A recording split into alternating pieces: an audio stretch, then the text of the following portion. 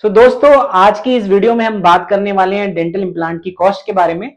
ये कॉस्ट हमें इतनी कम या इतनी ज्यादा, जैसे कि 15,000, 50,000 या 1 लाख रुपए, इतना फर्क आखिर हमें देखने के लिए क्यों मिल रहा है। तो मैं स्वागत करता हूं आप सभी का। मेरा नाम है प्रोफेसर डॉक्टर शरद आर्य। मैं पिछले 15 साल से सक्सेसफुल इम्प्लांट्स कर रहा हूं और उसके साथ साथ मैं एक एजुकेटर हूं, प्रोफेसर हूं, जहां मैं डॉक्टर्स को अपनी एकेडमी के अंदर इम्प्लांट्स की ट्रेनिंग देता हूं। तो मुझे लगता है इस सवाल का जवाब देने के लिए मेरी एजुकेशन और मेरा एक्सपीरियंस काफी है। तो जानेंगे इस वीडियो में कैसे इम्प्लांट की कॉस्ट अलग अलग हो सकती है। सबसे पहले वो कौन से फैक्टर हैं जो इम्प्लांट की कॉस्ट को ड्राइव करते हैं। तो मैं मुख्यतः बताऊंगा आपको 5 ऐसे फैक्टर्स जो आपकी इम्प्लांट की कॉस्ट को डिसाइड करते हैं। सबसे पहला कि आपका जो इम्प्लांट है उसका ब्रांड कौन सा है, क्या वो इंडियन मेक है या उसको हम किसी कंट्री से इंपोर्ट कर रहे हैं, उसकी क्वालिटी क्या है। तो सबसे पहला फैक्टर हो गया इम्प्लांट का ब्रांड। दूसरी चीज जो हो सकती है, जो आपकी कॉस्ट को कम या ज्यादा कर सकती है, वो हो सकता है कि आपकी जो बोन की कंडीशन, मतलब आपकी हड्डी है वो किस तरह की है, हड्डी कम है, ज्यादा है, उसमें किसी ग्राफ्टिंग की जरूरत पड़ेगी। इससे हमें पता लगेगा कि उसमें कुछ एडिशनल कॉस्ट लगने वाली है या नहीं। तीसरा, जब हम आपकी सर्जरी कर रहे हैं तो उस सर्जरी में हमें किसी एडिशनल कॉस्ट, जैसे कि किसी सर्जिकल स्प्लिंट को बनाने की जरूरत है या सीटी स्कैन को करने की जरूरत है, तो ये टेक्नोलॉजी से रिलेटेड है। तो तीसरा फैक्टर हो गया टेक्नोलॉजी। चौथा फैक्टर इसमें हो सकता है कि जो सर्जन आपकी सर्जरी परफॉर्म कर रहा है उसकी स्किल क्या है, क्या वो अभी फ्रेशली ग्रेजुएटेड है या उसने मास्टर्स किया है या उसका कितना एक्सपीरियंस है।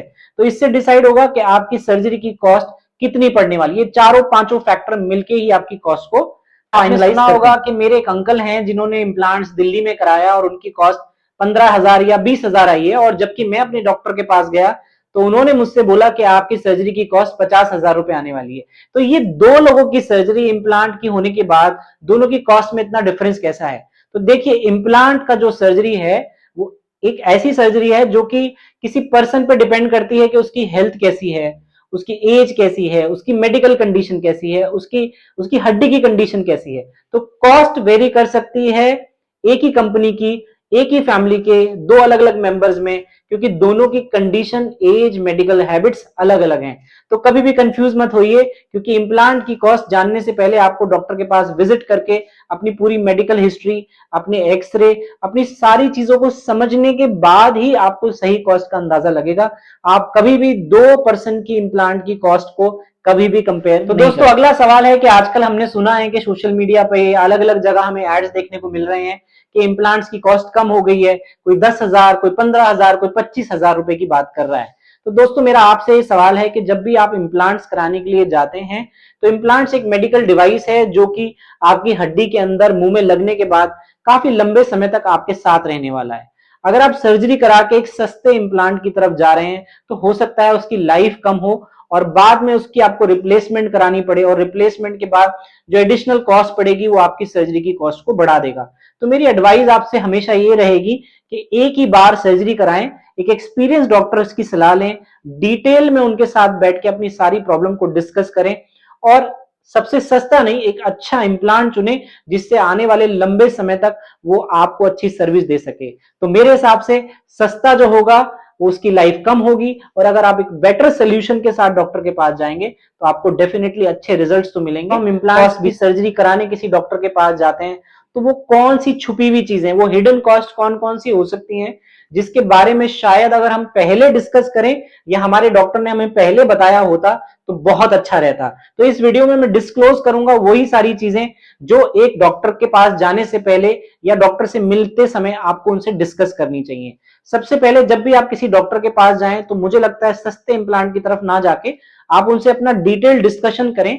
आप अपना एक एक्सरे कराएं, अपना एक सीटी स्कैन कराएं और अपनी कुछ मेडिकल रिपोर्ट्स के साथ उनके पास जाएं, अपनी सही हिस्ट्री उनको दें।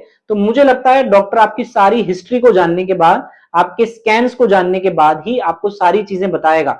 तो कौन से सरप्राइजेस इसमें हो सकते हैं, जैसे कि बोन ग्राफ्टिंग, जिसकी सर्जरी में जरूरत पड़ सकती है, आपकी कॉस्ट को आगे बढ़ा सकता है।